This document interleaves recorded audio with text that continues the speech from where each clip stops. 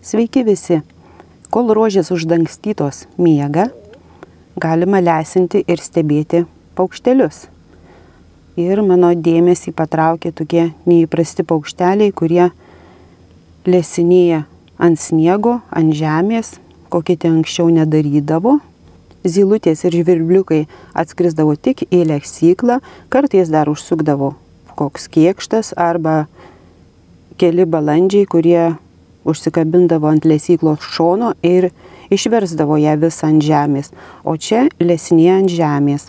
Anksčiau aš galvodavau, kad į lesyklą atskrenda tik tais zylutės, bet kai su kamera pradėjau filmuoti, prisitraukdama arčiau vaizdą, pamačiau daug įdomių paukštelių, kurie apsilanko.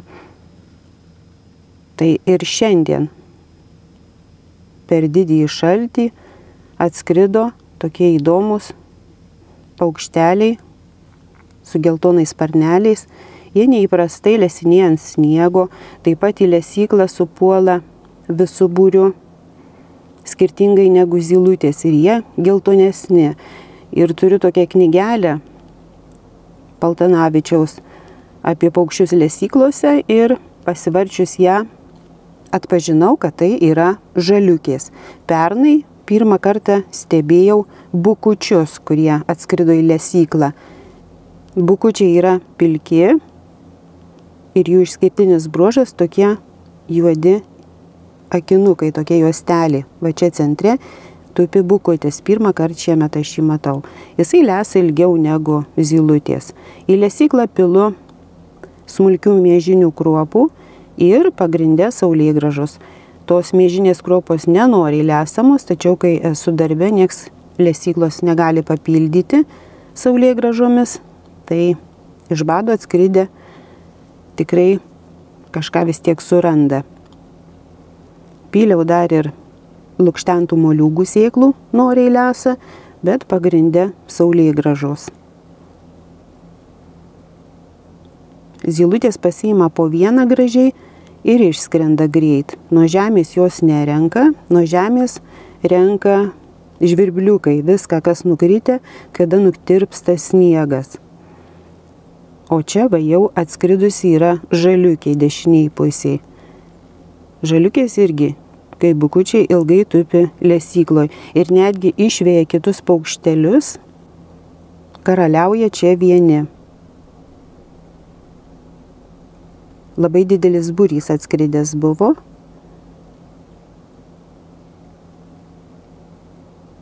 Kol neturėjau kameros pasiėmusi, tai buvo pilna lesykla, tik suposi į šalis.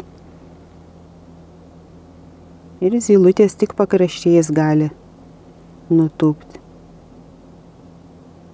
Kol kas dar tik vienas, bet jis labai ilgai renka viską.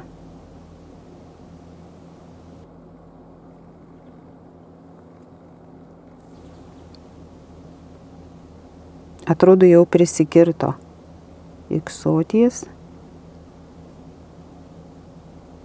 Ne, dar sugrįžo. Zylutės naudojasi progą.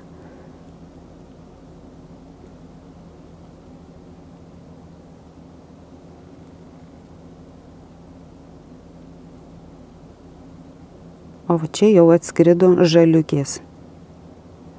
Plasnuoja kaip kolibriai, ten siaura anga, neįlenda.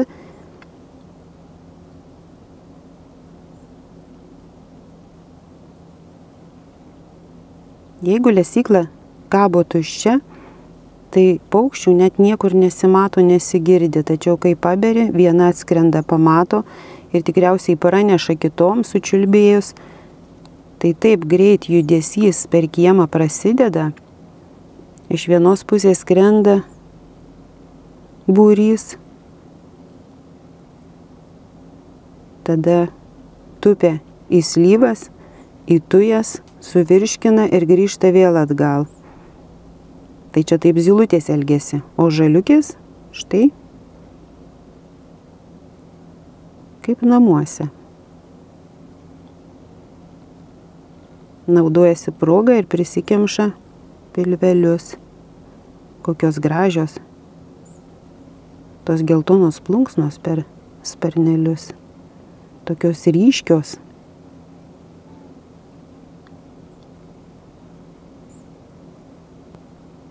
Ir čiulbėjimas jų intensyvesnis negu zylučių. Va. Net išvėja vieni kitus. O čia ir kėkštas netyčia į kadrą beveik pakliuvo. Tik kojos matėsi. Taip stengiausi laikyti kamerą, kad nejudėtų. Kad net nemačiau, kad kėkštas buvo prie lesyklos. Labai gražus paukštis. Spalvingas. Tokie snapeliai buki šitų žaliukių. Ir jau tiek apsirijo, kad net snapai aplipę kruopytėmis. Ir kas įdomiausia, ką jos ten renka nuo sniego. Nukritusius trupinėlius tikriausiai.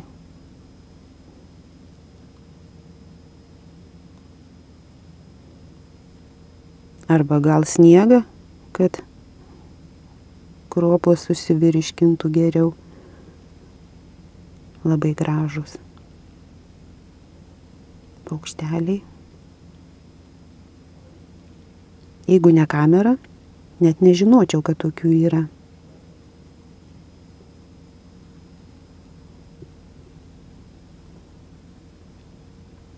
Koks judėjimas kieme. Vasarą filmavau kukutį, bet dažniausiai, kai išeinu į kiemą, neturiu kameros su savim.